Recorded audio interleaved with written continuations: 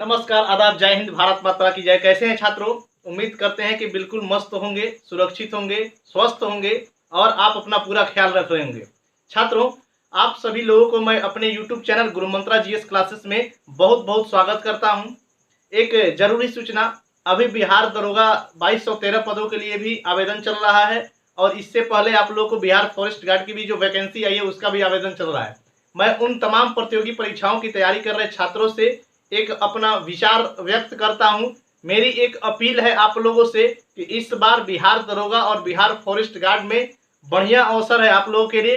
Please and please आप लोग form को फिलअप कीजिए और बहुत ही अच्छे ढंग से मेहनत कीजिए और इस बार अपना जो है परचम लहराइए, एक सीट अपना सुनिश्चित कीजिए। तो चलिए इसी के साथ हम लोग कहानी को और आगे बढ़ाते हैं।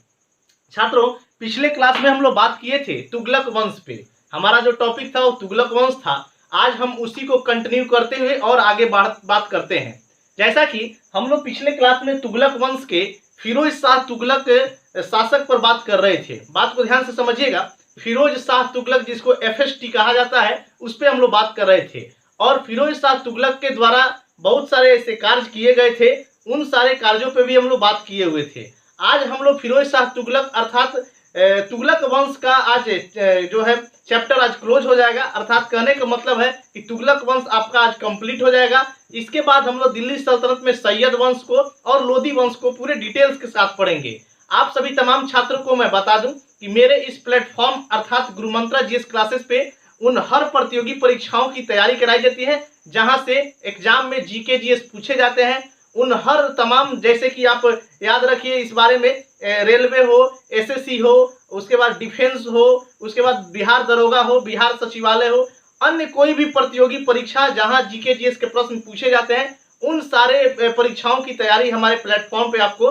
कराई जाती है। तो चलिए इसी के साथ हम लोग आज का जो है टॉपिक स्टार्ट करते हैं। तुगलक वंश का जो कुछ बचा हुआ फिरोज शाह तुगलक में हम लोग बात कर रहे थे, उसी पे हम लोग बात करते हैं। ध्यान से बात को समझिएगा। हम लोग आज बात करने वाले हैं फिरोज शाह तुगलक के बारे में। फिरोज शाह तुगलक, देखिएगा, मैंने पिछले क्लास में आपको बताया था कि फिरोज शाह तुगलक दिल्ली सल्तनत के अंतर्गत जो है बहुत ही एक अहम शासक माने जाते हैं।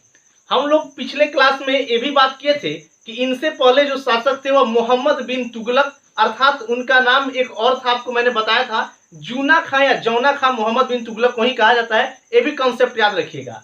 फिरोज शाह तुगलक का जो टाइम पीरियड रहा है वह 1351 से लेकर 1388 तक रहा है। बात को समझिएगा, 1351 से लेकर 1388 तक रहा है। हमने फिरोज शाह तुगलक के बारे में बहुत सारे बात किए थे, जैसे इनके द्वारा कराए गए कुछ प्रमुख जो कार्य थे उन पे बात किए थे। दिल्ली में दफ्तर, जो रोजगार दफ्तर का निर्माण कराया था, मैरिज ब्यूरो का निर्माण कराया था, PWD का निर्माण कराया था। इसके साथ साथ अपने यहाँ दीवाने बंदगान दासों की देखभाल के लिए उस विभाग का निर्माण कराया था। दीवाने खैरात जो है एक दान विभाग था, उसका निर्माण कराया था। दीवाने इस्तिहाक पेंशन विभाग था, उसका निर्माण कराया था। दीवाने खान जो एक कारखाना विभाग था, उसका निर्माण कराया था। हमने पिछले क्लास में ये भी बात आपको बताया होगा कि फिरोज शाह तुगलक दिल्ली सल्तनत का एकमात्र ऐसा शासक है जिसके यहाँ सबसे अधिक दास, 1,80,000 दास इनके यहाँ रहते थे। ये भी प्रश्न आपको याद रखिएगा। यहाँ तक कि इलियट और एल्फिस्टन, दोनों नाम को याद रखना है। इलियट और एल्फिस्टन नामक जो है व्यक्ति ने फिरोज शाह तुगलक को दिल्ली सल्तनत का अकबर कहा है। याद रखिएगा, यहाँ पे प्रश्न पूछा हुआ है। इलियट, यहाँ बोर्ड पर देखिएगा, इलियट एवं एलिफिस्टन, इलियट एवं एलिफिस्टन इलियट एवं एलिफिस्टन ने फिरोज शाह तुगलक को FST को सल्तनत युग का अकबर कहा है। सल्तनत युग का अकबर कहा है। बात को ध्यान समझिएगा। इलियट एवं एलिफिस्टन ने फिरोज शाह तुगलक को सल्तनत युग का अकबर का संज्ञा दिया है। हमने पिछले क्लास में यह भी बात किया था, आपको बता दें कि दिल्ली सल्तनत के अंतर्गत ब्राह्मणों पर सबसे पहले जजिया कर लगाने वाला एकमात्र शासक या सुल्तान फिरोज शाह तुगलक था। बात क्लियर होनी चाहिए। उससे बाद हम बात कर रहे हैं 1564 ईस्वी में अकबर ने जजिया कर को पुनः क्या किया था, समाप्त किया था। 1674 ईस्वी में औरंगजेब ने पुनः जजिया कर को लगाया था, लेकिन याद होना चाहिए मेवाड़ को इससे मुक्त रखा था। उसके बाद बात करें हम 1674 के बाद 1700 जो है 13 में, फिर 1717 में, फिर 1719 से 1748 तक मोहम्मद शाह रंगीला बादशाह ने जजिया कर को जो है पूर्ण रूप से बैन कर दिया था। यहाँ पर हम बात करें कि फिरोज शाह तुगलक के द्वारा और कौन कौन से कार्य कराए गए थे, ध्यान से बात को समझिएगा। फिरोज शाह तुगलक ने सबसे बड़े 5 नहरों का निर्माण कराया था। कॉन्सेप्ट को समझिएगा, फिरोज शाह तुगलक दिल्ली सल्तनत के अंतर्गत 5 बड़े नहरों का जो है निर्माण कराया था। इसके शासनकाल में सबसे बड़ा नहरों का जाल बिछाया गया, अर्थात नहरों का सबसे बड़ा नेटवर्क, सबसे ज्यादा जो है फिरोज शाह तुगलक के ही शासनकाल में बनाया गया था। तो इस बात को भी थोड़ा सा याद रखिएगा। प्रश्न पूछा हुआ है कि फिरोज शाह तुगलक ने अर्थात एफएसटी ने 5 सबसे बड़े नहरों का निर्माण कराया था। 5 सबसे बड़े नहरों का 5 सबसे बड़े नहरों का 5 सबसे बड़े नहरों का निर्माण कराया था।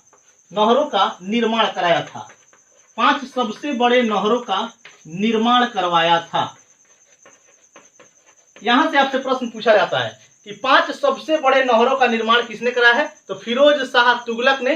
अर्थात यहां पर एक प्रश्न और याद रखना है कि नहरों का सबसे बड़ा नेटवर्क, नहरों का सबसे बड़ा नेटवर्क, सबसे बड़ा नेटवर्क, नहरों का सबसे बड़ा नेटवर्क, सबसे बड़ा नेटवर्क किसके शासनकाल में था, तो याद रखिएगा नहरों का सबसे बड़ा जाल या नहरों का सबसे बड़ा नेटवर्क जो है बिछाने वाला एकमात्र सुल्तान फिरोज शाह तुगलक था। यहाँ पर बात क्लियर होगी। आप यदि इसको नोट डाउन करना चाहते हैं तो वीडियो पॉज करके आप नोट्स कर सकते हैं, या आप इसका डायरेक्ट स्क्रीनशॉट भी ले सकते हैं। चलिए आगे हम बात करते हैं कि फिरोज शाह तुगलक के द्वारा और कौन कौन से कार्य कराए गए थे।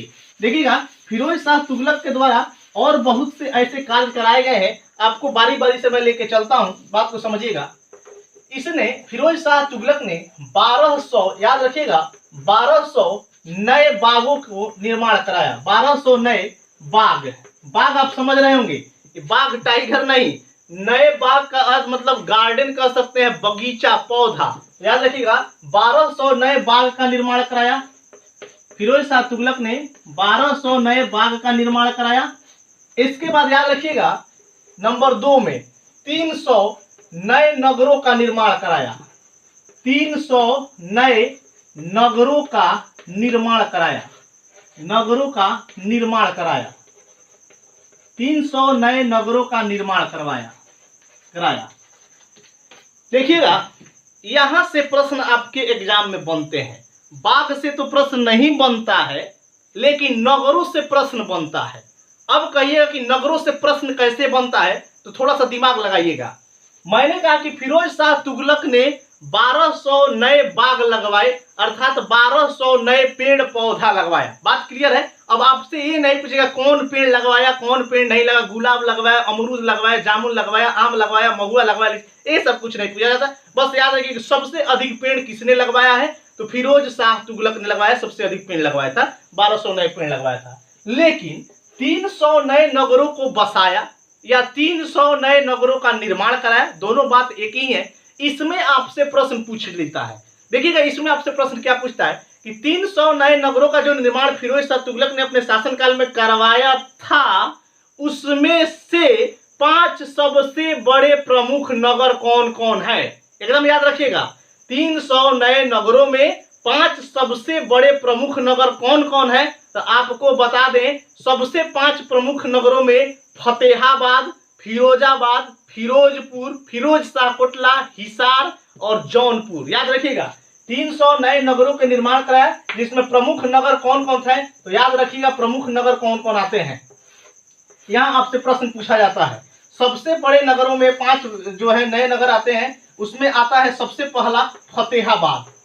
सबसे पहला जो है वो कौन आता है, फतेहाबाद। उसके बाद आता है फिरोजाबाद, उसके बाद आता है फिरोजपुर, यहां पर देखिएगा। उसके बाद आता है फिरोजपुर, उसके बाद आता है फिरोज शाह कोटला, फिरोज शाह कोटला, फिरोज शाह कोटला।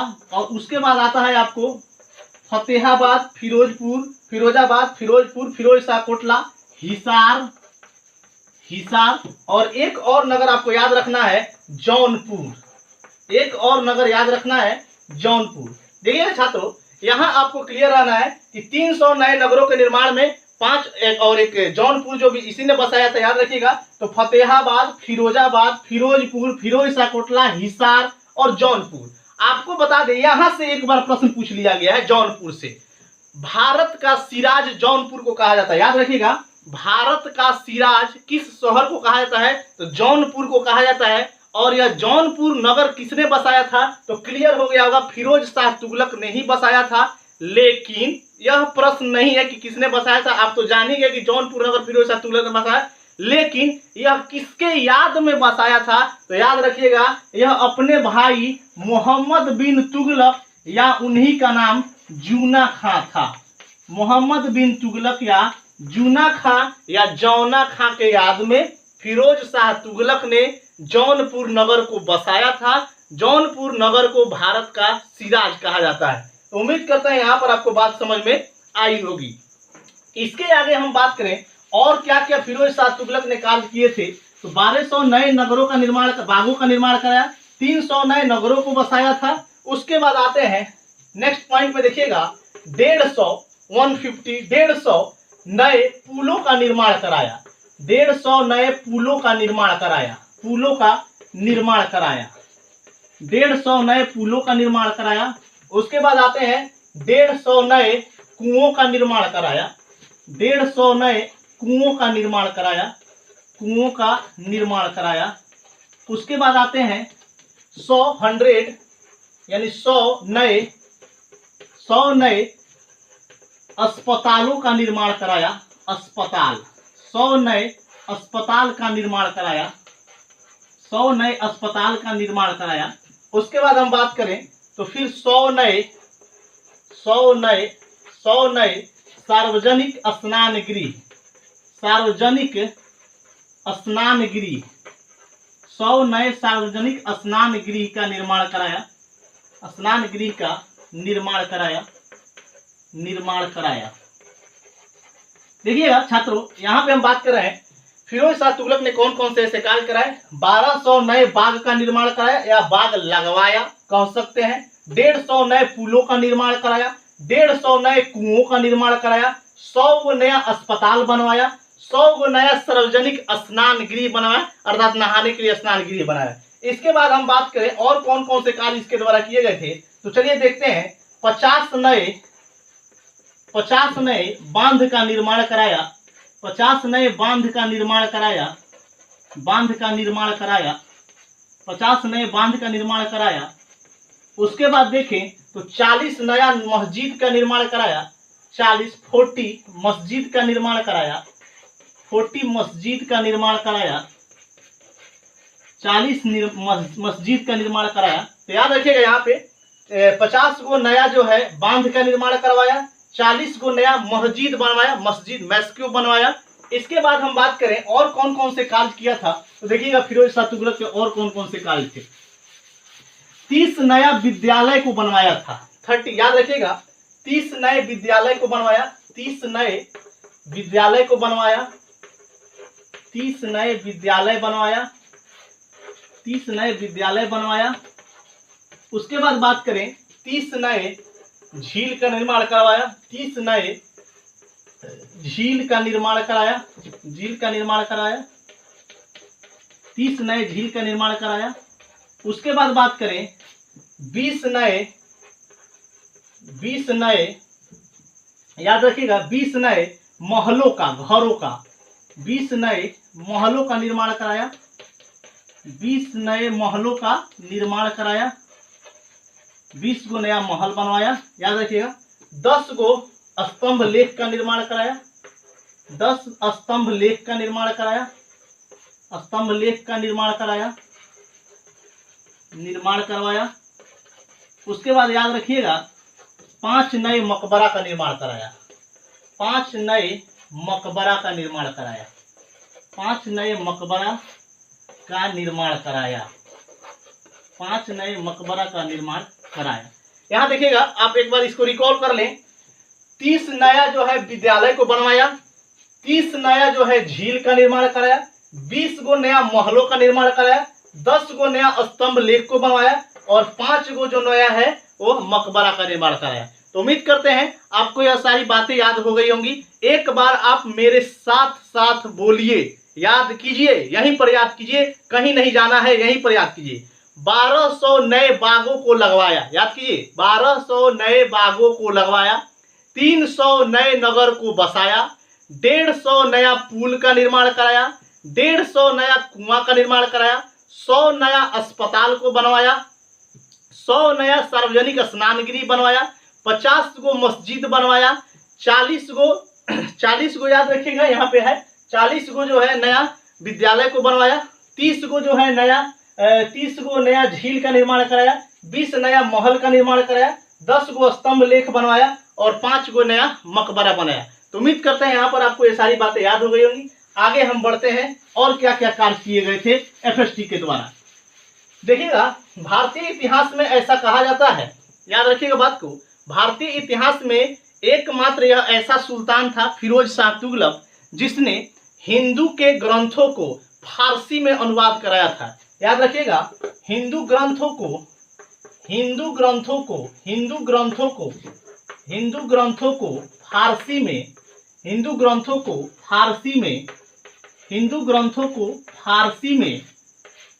में अनुवाद कराया था। हिंदू ग्रंथों को फारसी में अनुवाद कराया था या करवाया था, लिख सकते हैं, करवाया। फिरोज शाह तुगलक दिल्ली सल्तनत या भारतीय इतिहास का एकमात्र ऐसा शासक था जिसने हिंदू ग्रंथों को फारसी में क्या करवाया, ट्रांसलेट करवाया या उसका अनुवाद करवाया। आगे एक और प्रश्न, बहुत अच्छा प्रश्न बनता है, फिरोज शाह तुगलक ने अर्थात एफएसटी ने अपने शासनकाल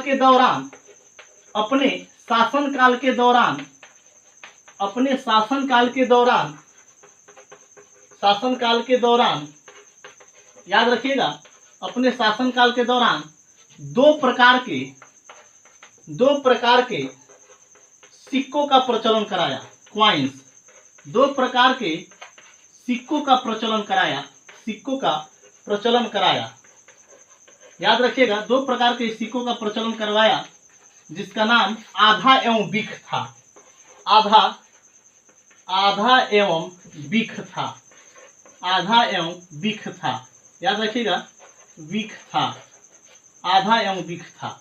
याद रखिएगा, फिरोज शाह तुगलक जो है अपने शासनकाल के दौरान 2 प्रकार के नया सिक्कों का प्रचलन कराया जिसका नाम आधा और क्या था, बिख था। यह दोनों सिक्का जो है फिरोज शाह तुगलक ने चलाया है। अब आगे और बात करते हैं फिरोज शाह तुगलक से और क्या क्या प्रश्न बनते हैं, थोड़ा बात को समझिएगा। फिरोज शाह तुगलक के दरबार में एक इतिहासकार रहते थे जिसका नाम जियाउद्दीन बर्नी था। याद रखिएगा, एफएसटी अर्थात फिरोज शाह तुगलक के दरबार में प्रसिद्ध इतिहासकार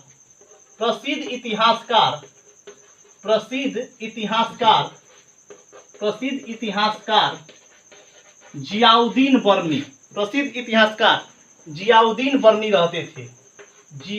बर्नी रहते थे। प्रसिद्ध इतिहासकार जिसका नाम जियाउद्दीन बर्नी था, जियाउद्दीन बर्नी रहते थे।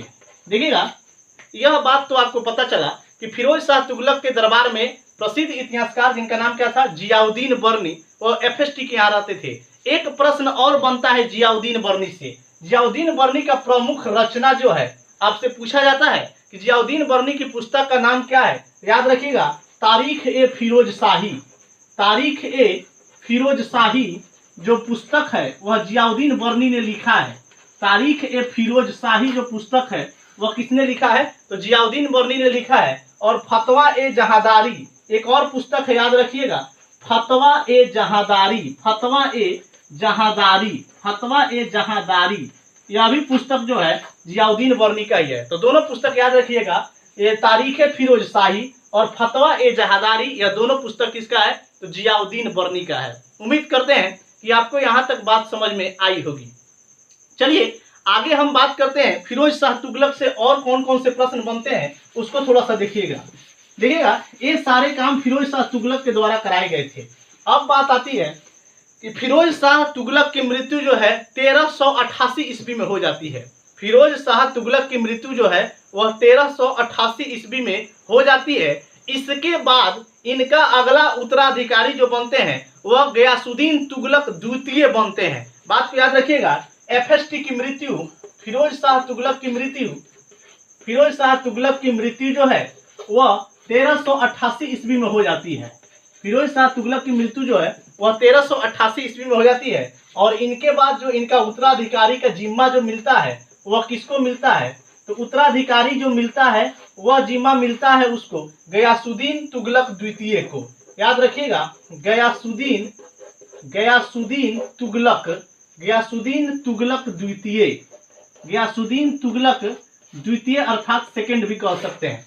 आपको यह प्रश्न याद रखना है कि गयासुद्दीन तुगलक द्वितीय इनके पौत्र बताए जाते हैं। गयासुद्दीन तुगलक द्वितीय जो थे वह जो है FST के पौत्र है, नहीं पुत्र नहीं पौत्र थे। तो यह बात याद रखिएगा कि यह अगला जो है शासक बनते हैं तुगलक वंश के। तो उम्मीद करते हैं कि यहाँ तक आपको बात समझ में आई होगी। छात्रों, आप लोगों से चलते चलते एक बात और हम बता दें, कल हम लोग सैयद वंश पे चर्चा करने वाले हैं। कल का जो अपना टॉपिक है वह सैयद वंश है। तब तक आप लोगों से मैं एक छोटी सी रिक्वेस्ट करता हूँ, एक छोटी सी विनती करता हूँ, एक छोटी सी गुजारिश करता हूँ कि भाई मेरे, यदि आपको मेरे द्वारा पढ़ाया गया कंटेंट अच्छा लगा हो या मेरी पढ़ाई आपको समझ में आती हो, आप मेरी पढ़ाई से संतुष्ट हो, तो प्लीज एंड प्लीज आप लोगों का हम एक बात और कहें कि मेरे चैनल को भाई कम से कम सब्सक्राइब कीजिए, लाइक कीजिए और अन्य अपने भाई दोस्त यार बंधु के पास इसे शेयर कीजिए जो प्रतियोगी परीक्षाओं की तैयारी में रात दिन अपनी मेहनत कर रहे हैं, ताकि उन लोगों को भी इससे कुछ लाभ मिल सके। तो चलिए, बहुत बहुत धन्यवाद। हम लोग मिलते हैं एक छोटे से ब्रेक के बाद। फिर कल हम लोग सैयद वंश पे बात करने वाले हैं। तब तक के लिए धन्यवाद। चलिए, हंसते रहिए, मुस्कुराते रहिए, गुलगुलाते रहिए और एकदम इंजॉय के साथ, मनोरंजन के साथ पढ़ते रहिए, लगन करते रहिए, अपनी मेहनत को बरकरार रखिए, क्योंकि आपका मेहनत ही आपका सब कुछ है। दूसरा किसी भी प्रकार से आपको कोई भी व्यक्ति आपका जो है सपोर्ट करने वाला नहीं है। एक बात याद रखिए कि दुनिया में यदि आपके पास अपना बुद्धि है, अपना शिक्षा है, आपकी सब कुछ वही ताकत है, दूसरा कुछ नहीं है। सारे लोग आपके अपने कहने को है, लेकिन समय पर कोई अपना नहीं है। तो इसलिए याद रखिए कि आपकी ही मेहनत आपको रंग लाएगी और यही मेहनत आपको एक दिन जो है उस ऊंचाई की शिखर तक लेके जाएगी जहां आप सोच भी नहीं पाए होंगे। तो इसलिए चलते चलते आप लोगों को फिर तहे दिल से बहुत बहुत धन्यवाद देता हूं। एक बार आप लोग जो है इन सारी चीजों को, दिल्ली सल्तनत में हम लोग गुलाम वंश पढ़े हैं, खिलजी वंश पढ़े हैं, तुगलक वंश पढ़े हैं, इन तीनों टॉपिकों को घर में बहुत अच्छे तरीके से नोट्स बना के या जैसे भी हो वीडियो देख के उन सारी चीजों को आप याद रखिए। और इससे पहले आपको बता दें, दिल्ली